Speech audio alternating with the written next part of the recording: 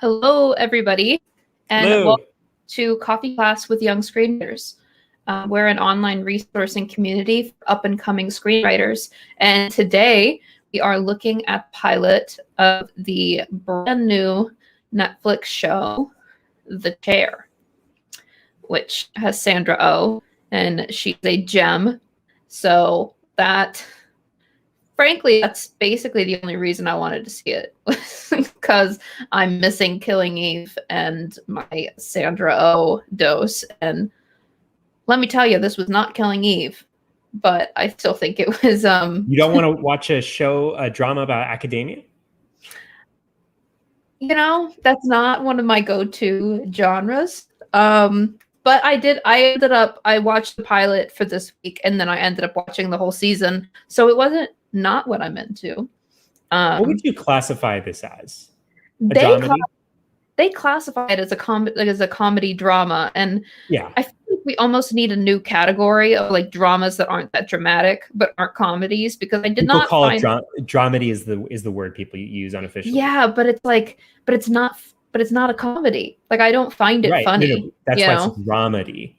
I guess. If it was a comedy, it'd be a comedy. Like dramedies are like uncomfortable, quasi low stakes character explorations that aren't laugh out loud funny. Yeah, I guess that's what it is then, because but they kept explicitly calling this one like it's isn't it Dan and Dan's new comedy drama, and comedy was the first word. It's Dan's wife is the creator of the show. Is she? Okay. Amanda Peet, yes. And so this was her passion project, and the deal was you guys will use your clout to get this with your relationship with Netflix to get this made. And that's what happened. Yeah. They were just executive producers. They didn't write or direct any of the episodes. Okay, that makes sense. If you look at the titles of everything, yeah. Not in it. And honestly, that's good from a marketing point of view. None of the press about the show mentions them intentionally because of they don't want their bad juju to get on the fair enough. The marketing of the show needs to be pure. Unfortunately, that's not totally successful. But let's talk about what we think the show does really well. I feel like the acting is really interesting. It's an exploration into what it succeeds at, in my opinion, is the world and kind of shining a light in a dark place. That's not that we all sort of take for granted. And maybe not everybody, but I love any opportunity to show how flawed and sort of inane and human people in academia are, and because everybody who participates in that, from what I can gather, it's bullshit. There's so much bullshit that goes down. John, too bad John's not. John's the first. He'll be the first one to tell you. Yeah. Yeah. Yeah. But so when I was when we were making the thumbnail for this video and thinking about what we were going to talk about, I was doing it based on a lot of the conversation, the short things I was reading about it before we got here, which is why I was thinking of oh, this is an interesting place to try to do comedy, to look in academia and try to find stuff there. But it's really not what it actually is, though. They chose not to go funny. There's a version of the show that's laugh out loud funny.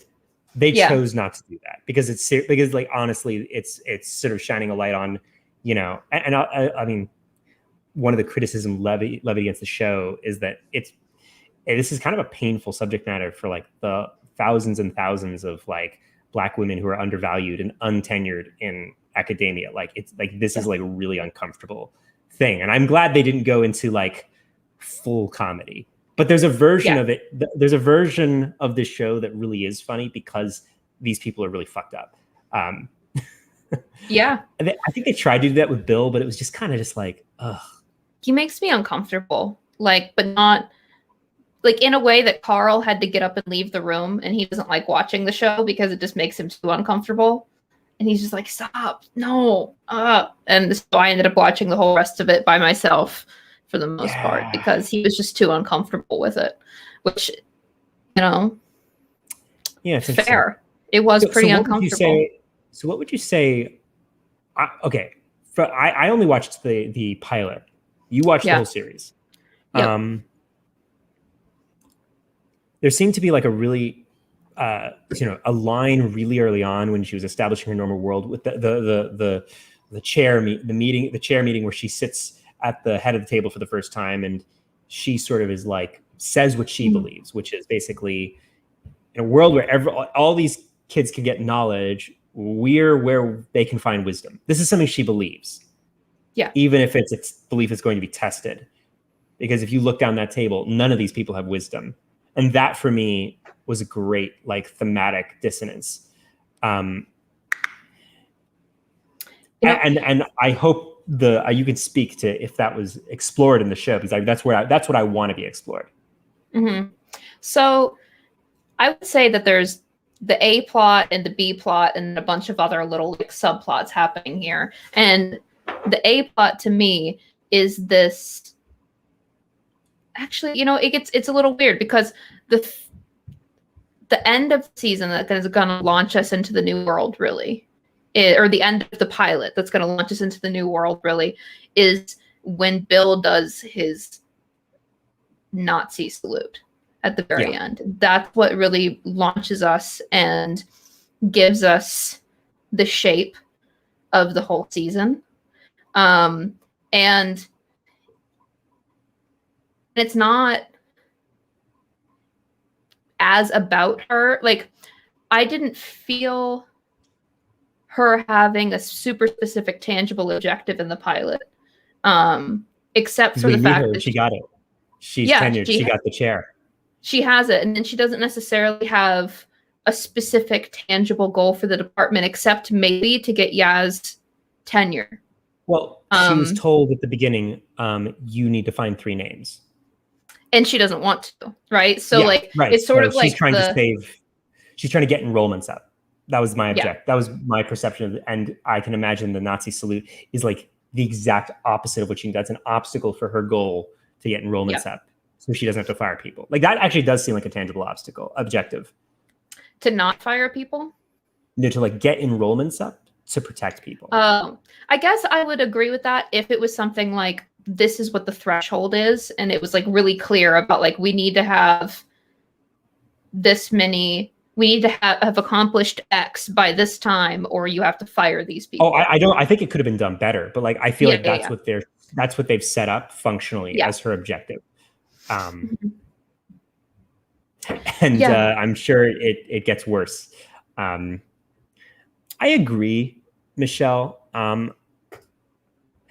I think there was a more interesting storyline to be had. I'm curious, Michelle, have you seen the rest of the season?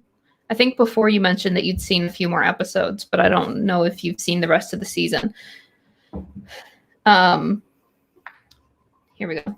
Thematically, it's a lot about investigating what it means to be part of an establishment and finding acceptance in it versus what needs to evolve. Yeah, for sure. I think there's a lot of like really poignant.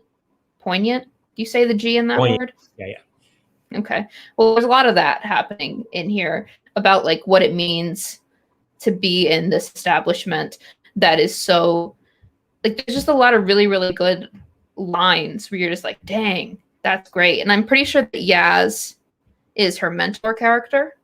If we're looking at the rest of the season, that's my impression anyway, is that Yaz is really, it's interesting because she's set up to mentor Yaz. She's set up to be like, I am the woman of color who's made it into a position of power, and I want to help you get into your position of power next, is what Ji-yoon seems to think is happening. But really, Yaz is teaching her a lot about like what it means to actually like wield your power. Well, and in the pilot, she actually says to her students in a lecture, I'm here to learn from you. Yeah. So I guess that probably, then maybe I just touched on like a big part of what the theme is too, or like what thematically is going on underneath the surface is that idea. But I think that there are some decisions that I don't understand. Like specifically, okay, I have a question. So how much does her kids' personal development issues factor into the overall story? Her kid plays a really big role in it. Okay. Good. But, Because I was hoping that they would. But it's more just like this whole thing to me feels very like, it feels kind of like slice of life-y, where this is like Andilla over here is talking about, I was struggling to understand her goal. Yeah, and I agree. And because it didn't feel like there was like a very super specific goal, except for the storyline that evolved out of the friend doing the Nazi salute. Like there wasn't. I do think it was there though. Like, even if maybe they went off the rails a bit, but like it is very clear in the inciting incident of the pilot where the dean tells her 3 names and she says, can I get enrollments up? Can I? And that's why she was trying to go to, what's her name? The older white woman. She was telling her, can you go look at your student evaluations, cater to the consumer, right? Like we need to make our program more popular with students. So like everything she seems to be doing in the pilot is to either maintain what popularity and respect they have or to expand it. Yeah, I guess I can see that. I'd be really curious for you. Like, I think it's good that you've only seen the pilot and that I've seen the season, because I thought we were intentionally doing that. I thought that we probably were supposed to intentionally do that, but I think it's helpful now though to have these 2 different perspectives about like what your aspirations for the series would be versus where they ended up taking it. But yeah, it was, I think that Michelle, this is a really good point. I felt really frustrated with Sandra's character because she was so invested in the racist, sexist establishment and was willing to go along with a lot of it. I think that was a lot of... It's her flaw. That's what it was. I feel like that's what it was about. And that's why I think that the Yaz character was her mentor in a lot of the ways, because she kept pushing Ji-yoon to see that that's what was happening. Like they over the course of the story, they have a lot of that back and forth. And there was this moment that I thought was really strong, where Ji-yoon is trying to defend the 3 dinosaurs from getting kicked out. And Yaz and Ji-yoon is basically like, he's been here like 30 years. And then Yaz is like, exactly, he's had his time. And that was like a moment where you saw Ji-yoon be like, oh crap. Like you could just like tell in her face through the acting and stuff that she's like, you're right. And it's a lot of her trying to figure out how she fits in and how she can wield her power. That's really what it feels like it's about to me. For sure. And I would add that I truly believe that this is her flaw. The fact that she actually believes in the dream of the establishment.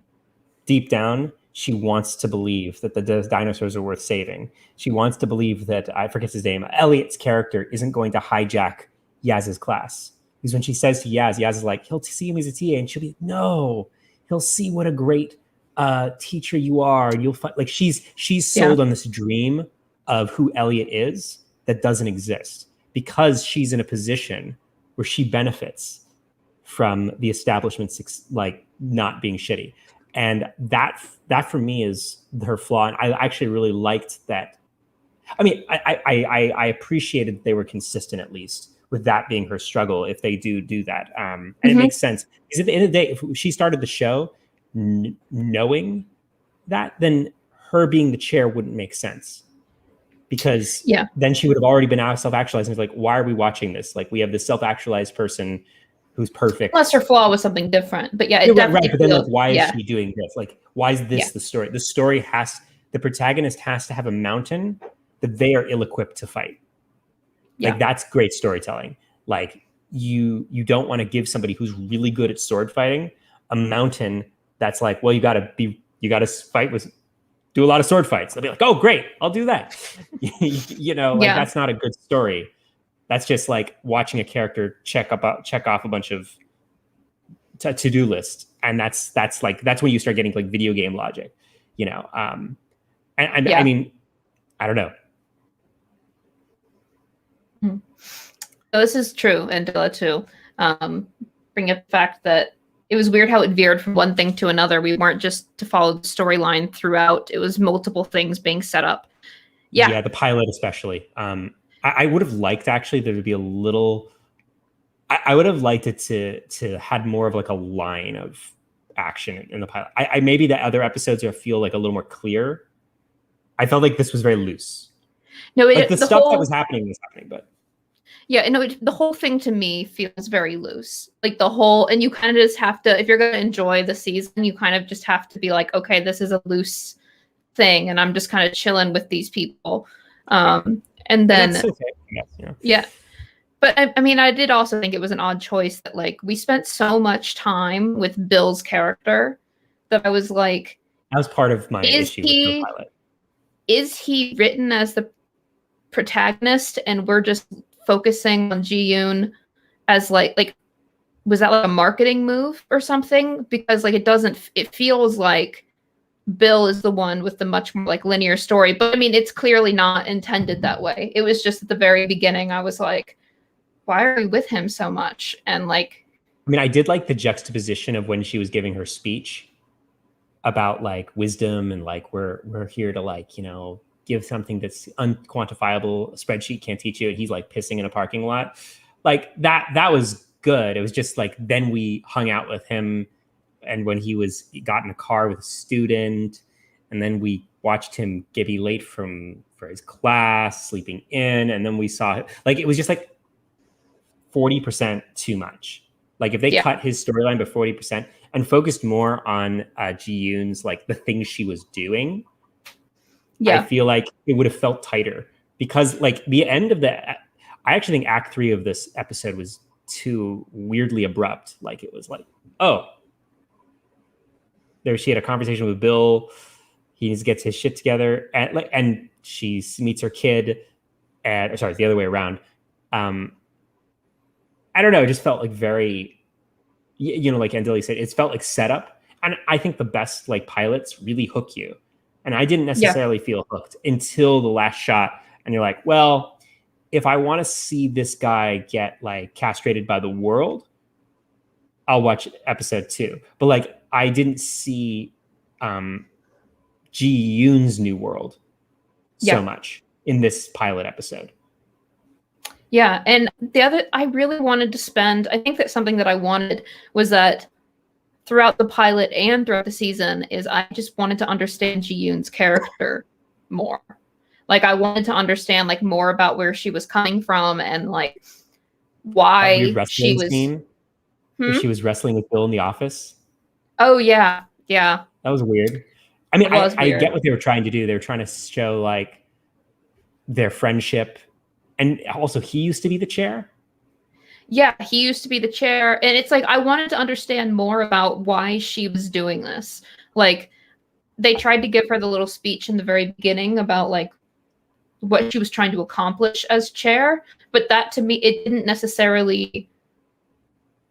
It felt, like, slightly disconnected from, like, her own personal, like, what exactly she's hoping to achieve with this. Like, what is she fulfilling in this role? Or like, what does she want? And where is she coming from? And like, what does she need? It felt like I was like getting the surface of her character and not what was just underneath. And that's what I wanted.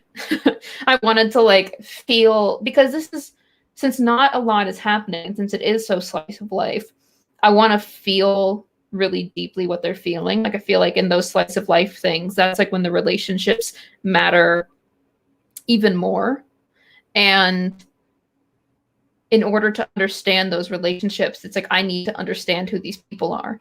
And we got a lot more about Bill's mental state than hers. And the only thing we really get about Bill is that he's really, really struggling because his wife just died. And that he used to be some hotshot and now he's slipping. Also, that scene where the video of his pregnant naked wife was projected into the classroom, there was no repercussion for that whatsoever. Like, I feel like Ji-yoon would have immediately been told about that.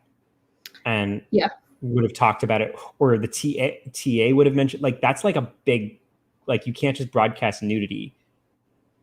No.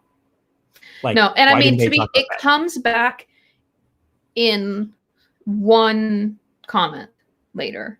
And I was like, I guess they just kind of skipped over it. Like, I guess it's just like a really chill liberal arts school that really doesn't care, but it came up once more. But yeah, I don't know how you wouldn't be suspended or something. But they Especially didn't if even mention it. Especially if his class was going to be the type to film him doing that salute and then post it online. Somebody was filming it earlier. They showed a student filming the video, and they never So it's like, if that's how the class is, then why was that okay? Because that moment actually undercut the reveal at the end, because he slips up in class twice. Why not make him do it really badly one time? Yeah. Because I mean, and then also it was like, it's like, why was that one? I get why the second one was the one that was such a big deal, but racism, sexism, and ageism. Perhaps these dinosaurs have much to offer. If possible, the way that they really played these characters, though, was also not just that the older characters weren't just old. They were all pretty similar in the fact that none of them were willing to change their lessons at all.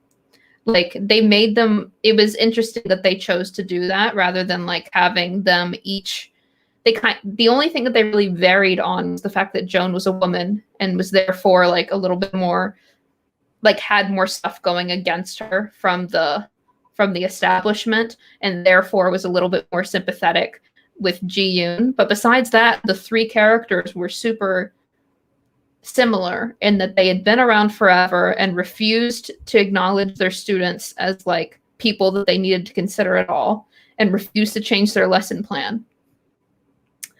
So that was, let's see. This is a really good point too. It felt more like Bill's story told through Ji-yoon's eyes. Yes. Except for the moment with her kid. But even that comes back to be mostly about Bill. The kid and Bill end up being the main, the big thing.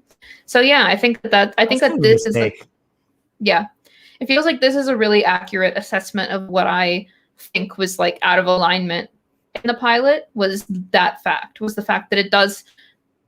Yeah, my entire critique pretty much could be summed up as that, which is that it feels like it's Bill's story told through Ji-yoon's eyes. I think that's a really succinct way to put it. But I want to also talk about things that I think went well. Like, I think that they did a really good job building a world that, like, this is a really interesting world to play with. And it's not one that I'd seen done a lot. And I think that there was a lot of potential in it. And they did a good job at effectively showing us, I guess, we talk a lot about like the rules of the world. And in this world, there are a lot of clear rules, like political, social, actual, like literal bylaws that they have to follow. Let's see. Adam, what did you like about it?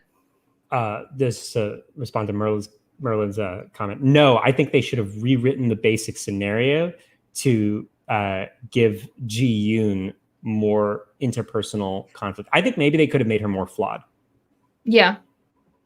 Like, the classic thing is make her have the dead whatever, or, but then it wouldn't have made sense for her to be chair. Like,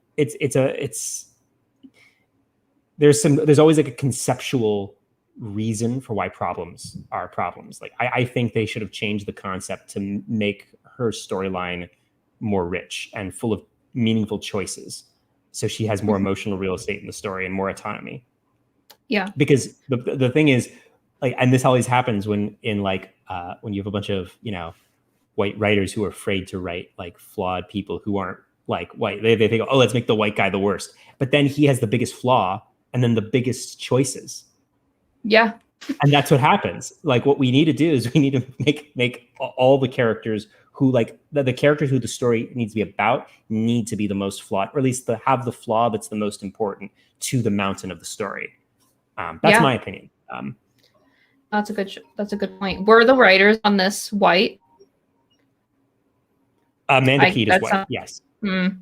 That's something that I should have looked up beforehand. But yeah, I wonder if that's part of what happened there. But yeah, I would say that to answer Merlin's question, narratively speaking, with the story that they've built so far, it would have been, I think, more accurate to like, it fits the story more if they went ahead and just said, with what we have, Bill's the protagonist, and shifted over to Bill. But I think that that's less interesting than completely redoing the scenario and making it about Ji-yoon completely. So I guess the answer is like, Bill was basically designed as the protagonist more clearly from the start, but I think that Ji-yoon should have been given more.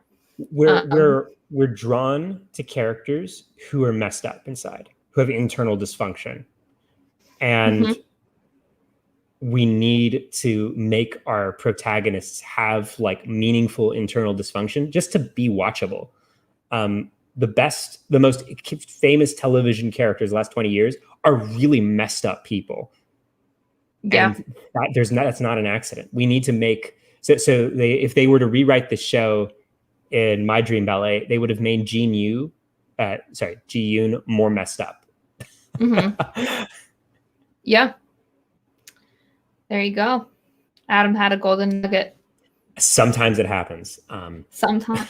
So right before we went on, Adam, you and I were very briefly talking, and you mentioned something about how it feels very like similar to a lot of stuff that Netflix I don't want to be is doing. I don't want to badmouth Netflix because I want them to give me a job. You hear that, Netflix? Yeah, no. When I finished the pilot, I had this weird feeling that I've seen this 30 times before. Not like the specific characters in the specific situation, but like there's like a certain cadence that Netflix has sort of done. I don't know. There was a sameness to like this. I don't know what it is. I don't know what it is, but I'd have to watch more. But like I'm getting to the point where like I've seen a lot of Netflix shows, and they feel a little different than the other streaming platforms. It's like a rhythm or something. Yeah, I'd be curious to know exactly what it is, and if anybody here has any guesses as to what it is. Like if you watched this alone, you're saying that you could kind of like feel like, oh, this feels like a Netflix show, and like not necessarily knowing why. Yeah, in Killing Eve, those people are messed up. That is a fantastic show. No, but the protagonist of Killing Eve is a messed up person with problems, like real dysfunction, and that's what makes them great. Yeah, that does not have a new season coming out. I definitely want to do that one of these days because, Sandra was great in a lot, but that's one of the first things that I watched where I was like, because what else was she? Was she in Grey's? Am I making that up? That was her breakthrough show. Yeah. Yeah, and I never watched Grey's, so everyone else I feel like knew her from that. Show in retrospect, but it's a soap opera, and there's nothing wrong with soap operas. They have their place. But Killing Eve was freaking phenomenal, and also, what's her name? Who plays Villanelle with her accents? Wild. That blows my mind. I like just like watching her do her accents. Oh, interesting. Same thing, right? Yeah. It's kind of that's the problem. It's just like, especially in a show like this one, like The Chair, where it is about racism and the chair and like the establishment and like what that means and like how do you wield your power as a person of color in an establishment that is like inherently racist and or like exclusionary, oppressive. How do you wield your power in it? And then they don't have people of color writing it. That seems like such an obvious. I'm sure they had some staff writers, but like not the creator of the show. Yeah. But like also It's just in terms of like choices, because at the end of the day, it just comes down to the reason why this happens is because of like, I think maybe just fear. Like, let's make our characters fucked up. Let's do it. Like, because if you don't, and you're trying to make social commentary, you're just going to be didactic. It's just going to be like perfect character who preaches against whatever. And like, that could be interesting as, you know, you could be like, I really believe that the core of drama is an exploration of dysfunction. And like, that's the good shit. That's like the stuff that makes you come back and really remember things. And yeah, I don't know. Let's make our characters messed up. That was one of my favorite things that James Felder said when he came on and talked to us a couple months ago, that TV is about externalizing internal dysfunction.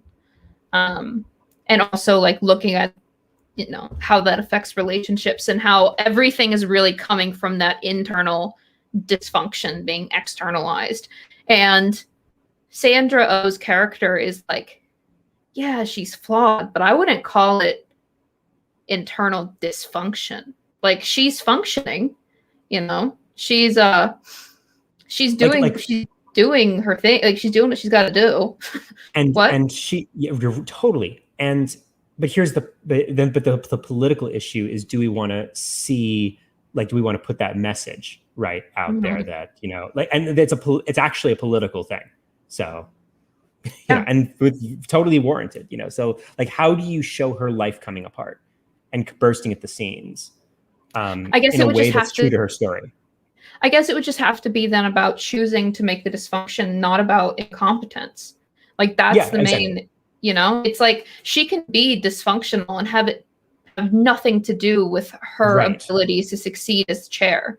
And I feel like that if Bill didn't exist, the focus would be more on her false belief about that the system works, because she makes a mistake. Like, literally the episode's called The Brilliant Mistake, right? Of combining their classes, I assume, is like the very superficial. I mean, I think there's a deeper one too, but like that came about from her flaw of trying to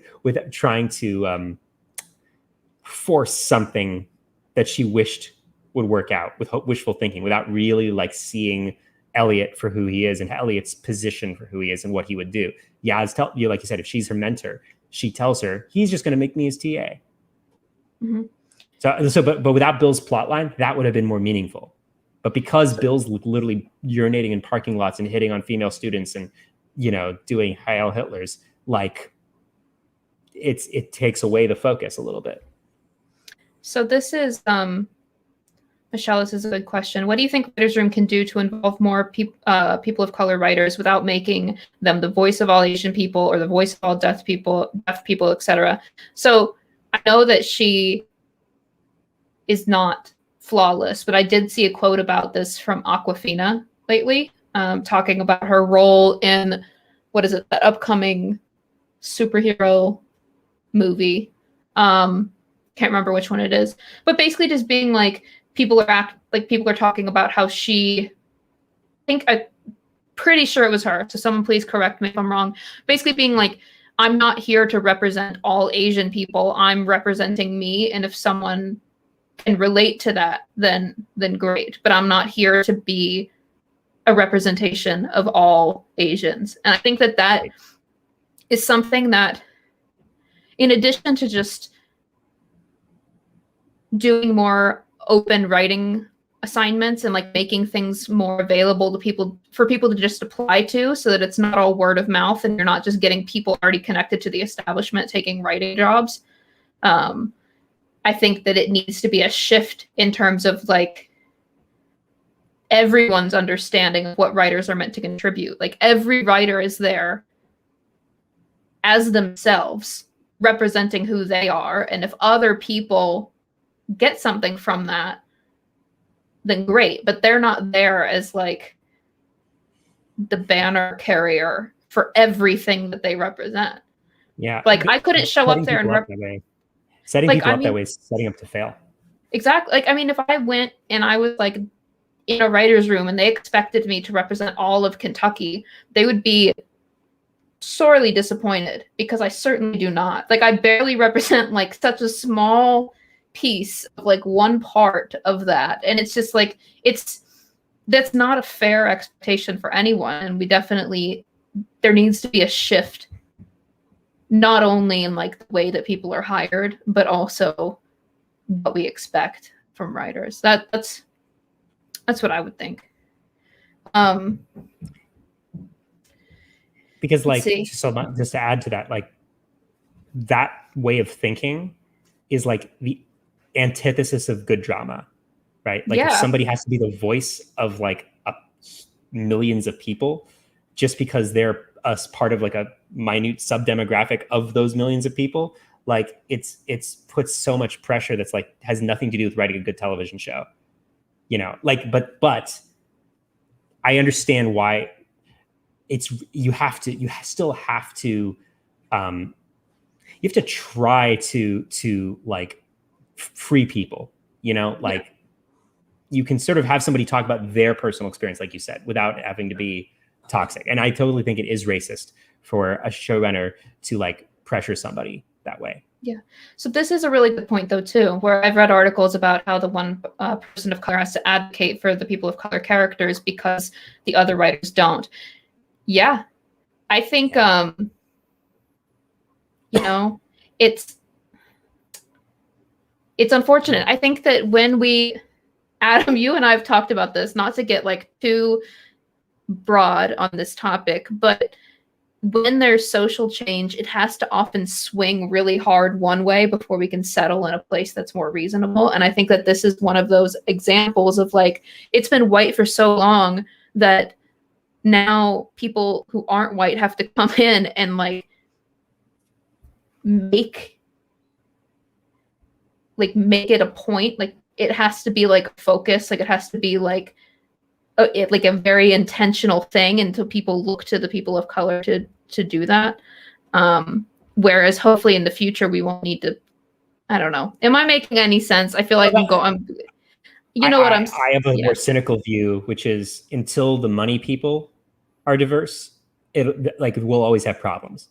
Yeah. Like the executive of Warner Brothers needs to not be a white guy. You know what I mean? Like for like that's what needs to happen. And we're so far off from that. Like it'll take a lot of energy to get that sort of systematic change in Hollywood. Because at the end of the day, those are the jobs that last 50 years. Not specifically executive, like studio heads, because those go fast, but like in terms of like the people who like actually control large amounts of wealth. This is like a capitalism issue. Mm-hmm. It's very, very unfortunate. Yeah.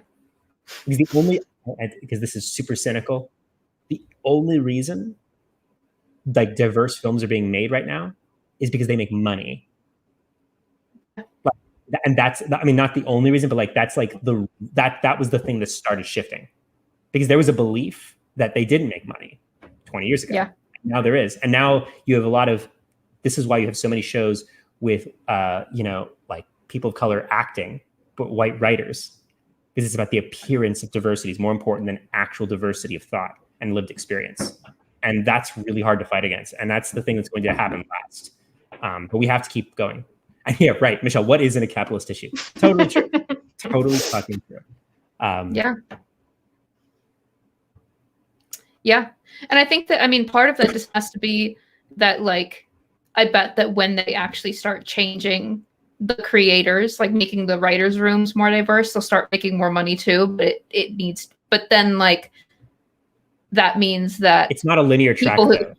No, but also it's like, it's not as obvious, I guess, when that's happening. And then also that's the case, like where people are going to be fighting to keep their writing jobs. Cause like actors might change and things, but like the writers' rooms, like people move to different writers' rooms, and there could be like more resistance to that. Another thing that's pushing back against this, again, it all comes down to what is profitable, what is money. Like I remember in films marketed to when Force Awakens was marketed to China and Japan and in a lot of places in Europe, they photoshopped out John Boyega because they did testing groups, and they found that they got better reactions to the poster when John Boyega wasn't on it. And a lot of the really unfortunate thing is that the American film industry sees China as a gigantic market, right? Like, and if there's racism abroad, like they're going to favor films that they're basically Michael Bay with a bunch of white people blowing stuff up. That's what is successful in a lot internationally. And we're fighting domestic racism, but there's racism everywhere in the fucking world. And like at the end of the day, when it comes down to, well, our share prices get hit if we don't have hits of a certain level. Like it's a capitalism thing. You know, at the end of the day, we have to not really care about how much money something makes, because we have to care to like make it self-sustainable. But you, at a certain point, you're like, well, you just have to say, fuck you. We're just going to make interesting stuff that's represents humanity and isn't racist. And I don't really care if it makes $200 million. Yeah, I mean, or else the change will never happen. And also, it's like, it's not it's just about making more money. It's not about making money, right? Sure. It's like these, like you could still make these choices and be perfectly profitable in a lot of cases. I would assume. I'm not like looking at this, but like I bet you could still make money if John Boyega was in the movie 100%, poster. 100%. It's just a matter of like how much. What I was saying was the narrative. No, like I'm agreeing with why this happens. Yeah. I'm agreeing with you, and basically just saying like we have to be willing to be like, no, we're keeping John Boyega in the poster because he's in the film. And if that means we make X% less, then that's what it is. And that's just a shift that has to happen. Yeah, Netflix is able to do things differently, partially because they have a different business model. Mm-hmm. They don't care about box office.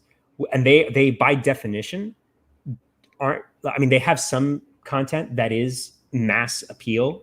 They have their hits, but they care more about specific writing to niche audiences in a way that no other business model allows them to. Like they'll be like, this show is really popular in Denmark.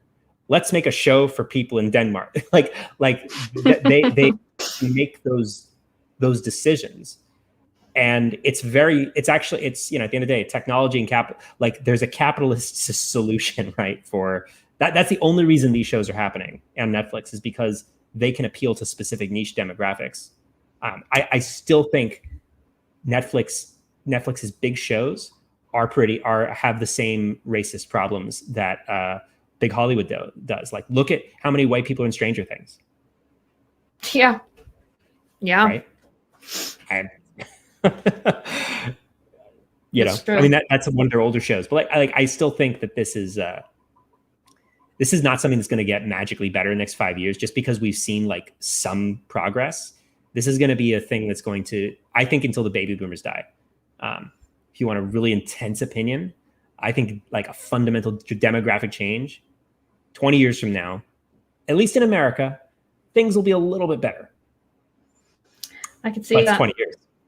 Yeah. And yeah, that's 20 years of not being. Oh yeah. Sorry, Michelle. I totally agree. The Star Wars films just totally ruined his character arc in a really shitty way. And I was not a fan of that. Mm-hmm. Oh, interesting. I didn't know that rule about Netflix having to make a percentage of films in a country. Yeah. I like that. I appreciate that we're getting like a lot of interesting. Oh, I love, that's one of my favorite things about Netflix, is that like I get to watch like films in like a different language, like that I would have never been exposed to otherwise. Can we get a puppet to What? Yeah, sure. Yeah, we'll replace him. Something I think that me and Adam are very conscious of, and as young screenwriters grow, we want to be more conscious of, is also we're trying to have this conversation and we're both white. And I think that's important that we, you know, not that that's not obvious, but just acknowledging you guys didn't notice? Yeah. Surprise. And also we're extremely American. Yes. So the language we are using in this conversation, like I know maybe a lot of our Eastern European friends are like, what the hell are these people talking about? Well, this is something that matters in America a lot, and it's really emotionally intense.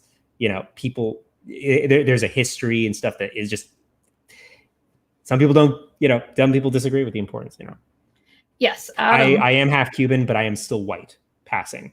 and I'm not just white passing, I am white in terms of like how society views me, right? Just because my mom is Latina, and even then she's a quarter white, and she's like only a part, she passes as white too. So like, it's a, even though she has experienced a lot of racism in her life, from people the moment they found out she's Hispanic, because she was open about it. But if she changed her accent, which she was forced to when she was young, to integrate into society. Yeah, I understand Spanish, but I speak it very poorly. Yeah, I'm fluent, which is the reversal. Yeah, which is funny. What? Yeah, my that whole side of the family is I had difficulty connecting with when I was younger, because I grew up in white suburbia, and every time I would visit my abuela, we try to connect, and she didn't speak English very well, and it was I remember feeling uncomfortable, and it was internalized racism, right? Like, I didn't understand how, because when I was like 7 years old, why all people who spoke Spanish in California and Los Angeles were like seen in such a different way, and I didn't want to be associated with that at that age. And I was but like, at the end of the day, it's internalized racism. And if you want to go to one of the most racist places I've ever been in my life, is white liberal Los Angeles. Oh my God.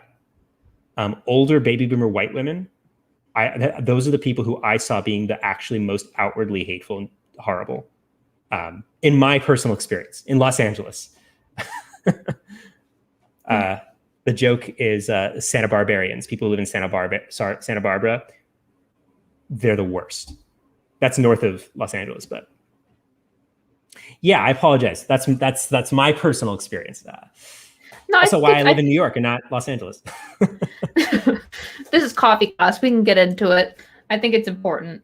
I mean, if we're going to be talking about, if we're going to be breaking down stories and stuff, I think it's definitely relevant to understand more about where our point of view is coming from, because it's affecting everything we say, even if we're not like aware of it or addressing it. So I think that conversations like this are important to have.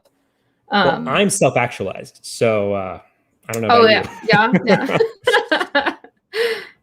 No, so Michelle, yeah, the joke is thank God for Mississippi, which is something you say in Kentucky when there's one other state, like when you're otherwise at number 49 on a state rankings list. It really matters who's number 50.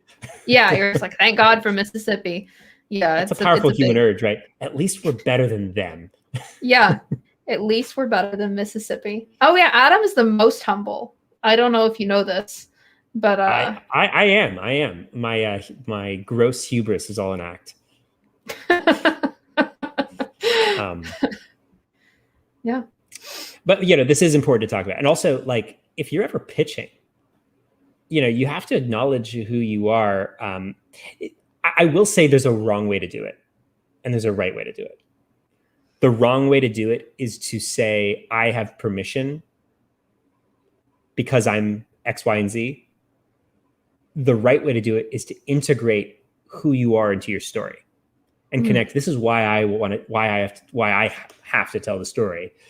Like that's how you win people over. That's what's important about this, right? Like, we all have lived experience, and whether it's race, social class, or anything, an illness, any type of experience, even if it's just sort of a universal experience, right? Like, we all have our lived experience, and that is what gives power and truth to drama and to our work, right? And it's a missed opportunity to, when you're in the room, to not bring up why your story connects to you, even if it's not like a racial thing. It's important to do. Like, it's important because what it does, it gives you authority in the room, even if it's temporary, even if you only have 15 minutes. It gives people to be like, oh, this person is telling me a story, and they're the storyteller. Yeah, and it matters. And that does go back to the quote from Aquafina, which I really need to find, about the fact that it's like, I'm representing me, and I'm hoping that resonates with people. And I think that that's true of every writer is like, you're not going in and saying, I'm allowed to do this because of XYZ. Like, I don't go in and say, I'm allowed to make fun of rednecks because I'm from Kentucky. You know, like, you come in and you say, this is what my experience was, and this is the story that I feel I need to tell. This is a story that's close to me, and it's about you, and like why this is important to you, and why you have authority in the subject, not why this is like something you're allowed to do.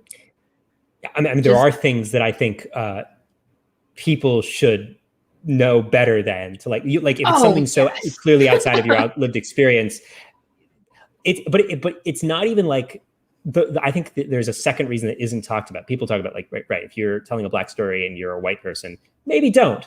Maybe for political reasons, or at all, and just also just being a human being, it's the right thing to do is let somebody who deserves to tell the story. But I think the second thing, element of that should be talked about is sort of like, you have other stories to tell that are close to who you are in your lived experience. Tell those stories, like, and everybody has those.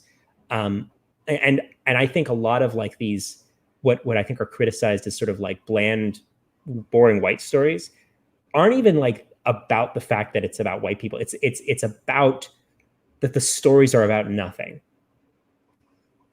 Yeah. Right. Like, nobody's like, I mean, people can say whatever they want, but like, the stories that matter are universal, no matter what. Like, people of all walks of life have really emotionally connected to Lord of the Rings, which is arguably an extremely white person thing. It's written by this guy, this Oxford professor in the 40s who loved Beowulf, you know, but it connected with hundreds of millions of people over like 70 years, right? Like, it's about the fact that there was truth and universal lived experience in that work, that everybody, and all great stories can do that.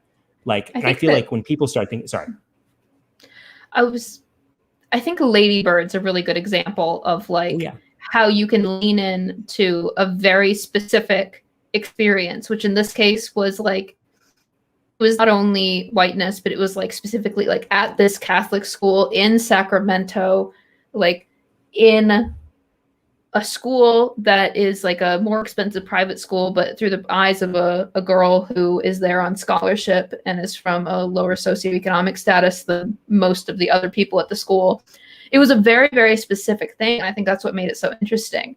And it's like, I really, really loved that story, and I couldn't relate superficially to a lot of what was going on, but because it was being so authentic to who these characters are, you still found a way in. Like, you still were able to empathize with the characters, and like, you were still able to find the things that you connected to because it was so honest about that experience. Like, it was someone saying, I know this and I'm going to tell you this story.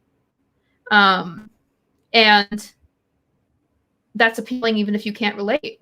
Like, I mean, I have a friend who went to a Catholic school in New Jersey, and an all-girls Catholic school in New Jersey, and they like completely loved that film for a different reason than I did, but we both enjoyed it just as much. And I think it's just about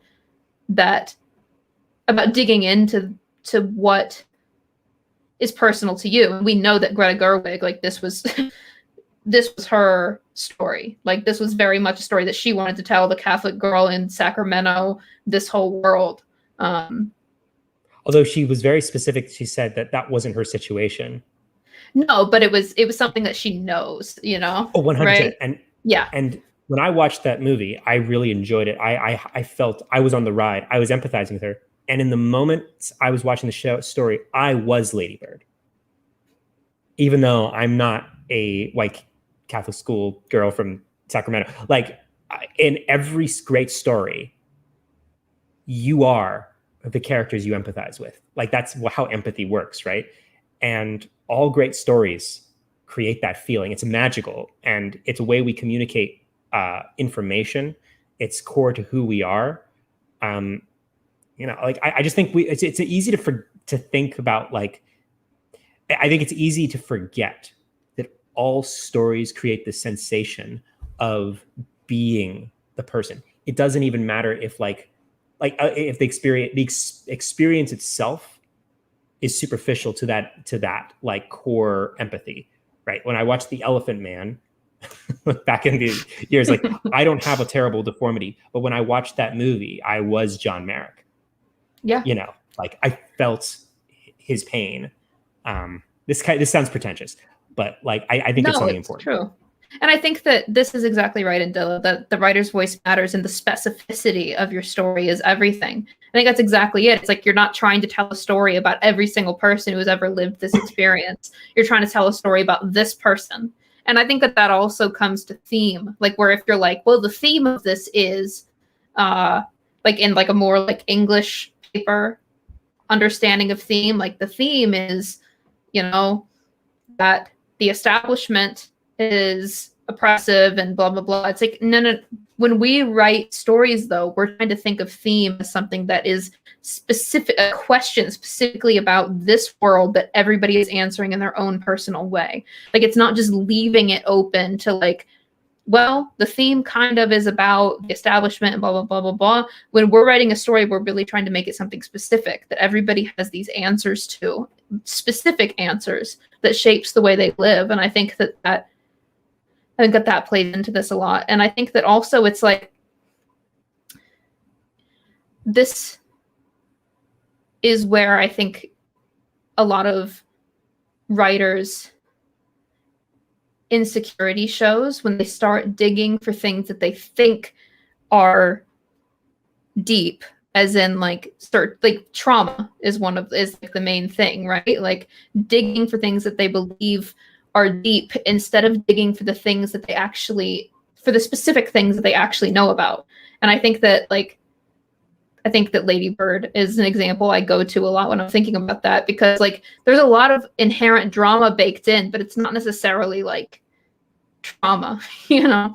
I don't know. It's I think that's a good yeah. I totally think you hit the nail on the head. I mean, the term I was taught in a writers group, I highly recommend it in New York, Sackett Street. I took a writers group when I was first landed in the city. It was for prose writing. It was like 2016.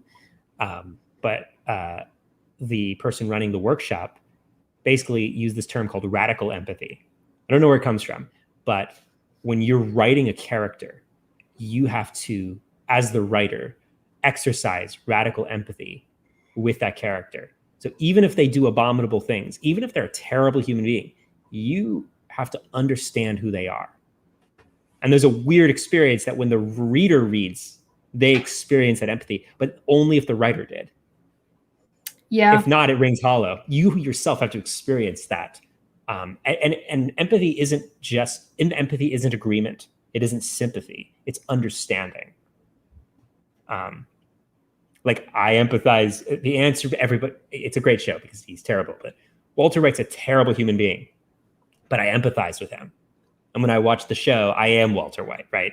In parts. It's a hat you wear. Like there's some scenes where he's not the point of view. There's some episodes where he is, but in the moments where they go into his inner life, and the moments where you go to understand why he does the way he does, you are him in that moment. If you're connected to the story, if you're not connected, you aren't able to empathize with the characters. And that's one of the big things. They're like, I couldn't connect with any characters.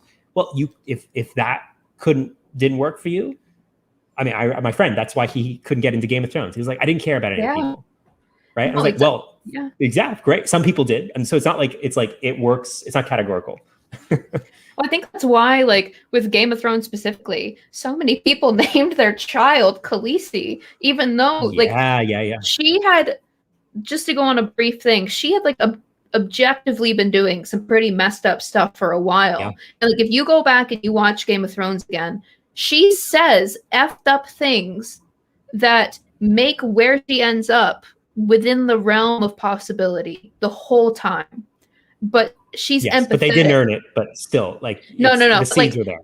But like in the very beginning, though, we were empathetic and we understood why she felt that way because we were empathetic. And I think that that's why you got so many people naming their child Khaleesi and like really loving the way so many kids are named Khaleesi. So it's many. It's a joke. It's a joke. It's true though. It's true, but I think it's because like even if she was doing these messed up things, people empathized with her and were like understood why she was using her power the way she was and like why she was doing the things she was, and you had that empathy there. And I also think it's why everything was so upsetting to people when they did it wrong, because you had this empathy for her, and then all of a sudden you couldn't understand why she was doing what she was doing. Right. You know, it That's was right. they set it up in a way that we could believably get to where she went, but we hadn't yet. They lost the thread. They did. And there's a version of the show. There's a version of the show in another alternate universe. Maybe if they had another season where they would have made us understand why she did what she did in the end. And that version of the show would have had a completely different perception of that particular event. That's not necessarily excusing all the other bad stuff and mistakes. I feel like there were a lot of characters. Like, for example, I couldn't understand why Tyrion took like a 30-point IQ drop, right? But like, this kind of goes back to like, well, why did they have us in that state of empathy, and why did they lose us? They lost track of the elements of story and what was important. Plot choices stopped making sense. Yeah, I would agree with that. And it was like, I hope their kid's called the Hound. Gregor Clegane. Oh, what's the name of your baby? Oh, Gregor Clegane. After the mountain. That's like, there's this one guy in the game that I'm playing, Adam, whose character's name is Ruse Bolton. I'm just like, what are you doing, man? Why are you doing like, that? Why'd you? At least it's not Ramsey. At least it's not Ramsey. Yeah, I know, right? At least it's not a child. At least it's just like a character. Say what you will about Ramsey. You know, they give us moments where we understand him. No one agrees with him. At least very few people, I hope. But like, you understand that he's trying to prove himself to his father so he can be his father. And well, that's scarier than people you don't understand. Like, you know, like I feel like that makes him a better bad guy and a better character. 100%. Because you're like, oh my God, I know how far he would go to get. Like, I understand how far this man would go to get that approval that he wants, and that's more terrifying because you see his like potential, and then you believe that he's actually messed up enough to do these things. Yeah. Wait, oh yeah, Hermione. I know a lot of people called her Hermione, which I think is how Fleur Delacour says her name.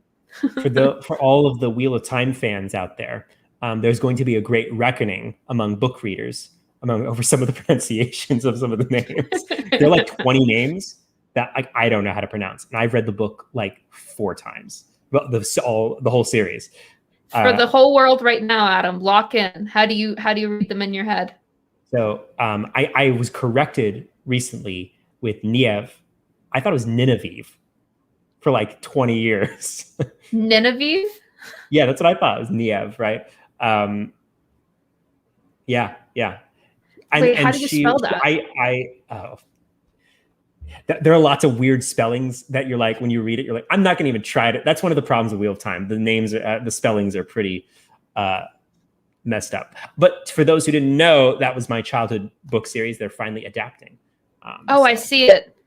Wow, what a spelling. Okay. Yeah, I know. How would you try that in your head? You know. Well, I would have said, I would have said something like you did, except for the fact that on our crew team we had a girl named Maeve. Who was spelled the same way as the back half of that name. So I would have probably known that it had something to do with Ave in there. But or Eve but as a child I would have butchered that. The core female main cast have really hard to pronounce names. There's Egwene, Niev, Moraine, but they're all spelled weird. But the 3 main boys are Matt, Rand, and Perrin, which are like so easy. Those seem kind of like, why did they do this? It's weird. It's a weird thing. Yeah. Then, how would you guys, if you were 12 years old, how would you pronounce that? I would have said Nynaeve. Nynaeve, yeah. Hermione. Hermione. Yep. That sounds like a guy. That sounds like a masculine name traditionally. Hermione. Anyway. Hermione. Yeah. Hermione. Roll the R. Hermione. There you go. Because Herman is a masculine name, right? Herman. You got to do a little husk in your voice. But getting back to the chair, I don't know if I'd watch the rest of it after this conversation, but what I liked about the show was I think its focus and the concept. I wish they did something more interesting, but that's me, and that's my damage. And I also don't want to like criticize shows because I feel like there's a really bad trend in, criticism in general to be like, this is the show I wish they made, rather than like analyzing what they did make. Yeah, I agree. I was watching for Sandra Oh as well. I think that this is I want to pull this comment up. Narrowing your focus on the character, their journey, and their flaws helps the audience to understand the story. You don't blame them. Yeah. They're not evil. They're just a human being with problems. I agree. I think that for me was what I really wanted out of Ji-yoon, out of Sandra Oh's character, is I really wanted, I wanted to get more of her flaws. But I think that's why when we're breaking down shows, even though what we do a lot of times sounds like criticism, a lot of what we call it is analysis. And I think that is an important way to think about it, though. It's like understanding like why these things either resonate with you or they don't, and like approaching it that way instead of just straight up like, okay, we're going to critique this now. We're going to see like what they did good. I think it's more about like, what did they do and why did that resonate, or why didn't, more about the why, Yeah, the why is what's important. And also I just to stand on my soapbox for another time. Sorry. Do it. Story structure. Everyone knows the fucking hero's journey. Everyone knows 3-act structure. Even if you don't, you can learn it in 15 minutes. Not rocket science. The how is extremely straightforward. The why is what it takes time to understand. You actually cannot really understand the why of those things until you've actually written stuff with it intentionally, right? Like until you've actually tried to use it because all it is a technical framework for hanging your story and to fill it with your lived experience and your characters and their goals and their dreams and their hopes and their flaws, right? It's a technical framework to fill it with yourself. It's a way to organize your story. At best, at worst, you're writing to arbitrary rules, right? Yeah. And it's really important to just view it from a flexible point of view of like the why, because the why has great questions. Who's this about? What do they care about? What's wrong with them? Why are we listening to them? What are they doing to get what they want? What stands in their way? All those are that's the why. And what makes the why interesting from a design point of view is when you're really intentional about how you lay that out into a technical framework. Technical framework's just a tool. It's not the end all be all. When we sort of say like, oh, we're going to break down 3-act structure of what a yada, yada, yada, that's just a way to describe a story. What's important is to try to get at the why. I wish a year ago I had that vocabulary because I feel like it would have been useful for people in writing the feature. Maybe we'll do another video or something for it. Yeah, we could always add stuff. I would add a video on like to qualify the tentpole, because it's just one thing. It's just like if people had that going into it, they'd be less like, they would be like, oh, I'm stuck at my midpoint. No, don't worry about it. What's happening in your story? What would change? What the why? Just go for it. Figure it out. Don't worry about the details.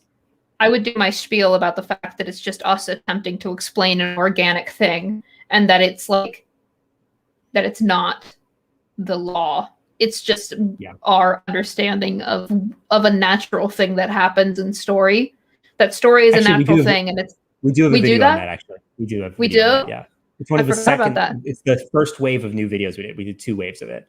Oh, a video on empathy would be stellar. Yeah, That's a good one. I have one video that's not really about empathy, but it's more about like the gist of it to me was why everyone needs to go to therapy, about flaw and inner need and theme and those things. But an empathy video would be great. Adam, I think that is your challenge. Do you like how I'm pushing at you? So next week we're going to do The Green Knight. We're going back to movies, and I know that this one is not a cheap rental. On HBO at Max, right? Is it? Okay. Is it still there? We got to check that. But if it's not, I know it's available. No, I know it's available to rent. When I saw it, it was like the price of like a movie ticket. So, gotcha. So it might not be. I think it'd be fun to do it because it could be our experiment with doing something that's just now out, technically at like theater prices. Yeah. Yeah, $20. Yep. So we're gonna try to do that, and I'm very excited about it because I've heard different things. And Joanne, absolutely, I think that's exactly what we're talking about. Is that, it's about like telling that story. Like when you say like all those different things that are part of who you are, you start to get into something really specific and really interesting. And if you told a story through that lens, even if I can't relate to all of it, like I can't relate to any of those specific points that have just been laid out, when you get to tell something that's that authentic, then I start to fall for the story anyway. Like, when a storyteller is telling something that is that authentic to who they are, we all start to fall for the story, whether we can relate or not, because of that empathy, because there's that through line that allows us to understand the character and the world they live in. And when you have that empathy, that's like when stories really start firing on all cylinders, I think. So absolutely. I would love to hear that story. Totally agree. And I just want to clarify one thing I said earlier, which could be interpreted as ageist. I was talking about like the demographics of the United States. I don't really think that the world will be a better place when a whole generation of older people die. It's specific to like the current class in Hollywood who owns and controls everything and aren't changing. So like I don't want there are a lot of baby boomers who I respect and admire artistically and professionally and personally. I think it's just more about misinterpreted. It's more just about like who's holding on to seats of power within the Hollywood right now, and and is kind of being a gatekeeper for change. And I think that's the main point that Adam was talking about. Yeah, Adam was spending too much time with John. He's like, God, these baby boomers. I'm not a fatalist. It's specifically like, it takes a lot for people to change ideas that are core to their worldview. It takes a lot. And like from a demographic point of view, like if, a huge group of people control a lot of power, like often there are certain type of people who like, it won't be until they don't become the major demographic till they have less power. And that's literally what I was talking about. And I'm not necessarily saying that, the new group of people are going to have better ideas. It'll be different and some will be worse, right? Like that's maybe me being fatalist. Like I do not believe that my generation is able to fix the world. We'll make certain things better and we'll make certain things worse. That is a fact, like it's never going to be totally linear. No, it's not a linear change typically. No. I do think the world trends up. That is my optimism of the day. I think that even though it's like, I think the world trends up over time. That's my hope. Until all our minds are mush. Yeah. And the robots replace us. And so maybe that is up. Maybe we exist to create, as to quote George Carlin, maybe the reason humanity exists is to create plastic. There you go. That's what's up. So thank you for sticking with us today. I know we kind of got into like a really like personal, social conversation, but I think it's important, and I'm glad that we did it. And I hope that you all are too. And we're going to get into the Green Knight, which I've heard is weird. That's how I've heard it described, is that it's weird. And I'm very excited to see what that means. Like, I've heard that it leans into the weirdness of the source material. It was my shit. I loved it. Yeah? You loved it? You've seen it? Yeah. I mean, it has issues, but I enjoyed it in theaters. Okay. It's going to be a great conversation. Yeah, I'm very curious about it. And also, Adam, how do you think it's going to do in a tentpole? Like, is it going to break down like a typical tentpole does, or? Yes and no. I mean, there's a strong protagonist with a strong, conflicted, flawed emotional journey that translates. Like, I think the story where it's just extremely unconventional in certain ways. I'm curious to see what that means. And a lot of it has to do with your expectations of Arthurian myth and like films like that going in. Got it. Well, yeah, so we'll check that all out together next week, you all. And then also John is gonna come join us again this month. And we really enjoyed just having like the open conversation with John that we had last time. So we don't have a topic picked for him to come talk about it, for him to come talk with us. So please share if there's something you'd really like John to get into. You get John for a class. So what do we want him to talk about? Let us know, and we will let him know so he can start planning things. But seriously, please send your ideas for what John could get into. Otherwise, we'll pick something and let us know. All right. I think that's it. All right. Bye, everybody.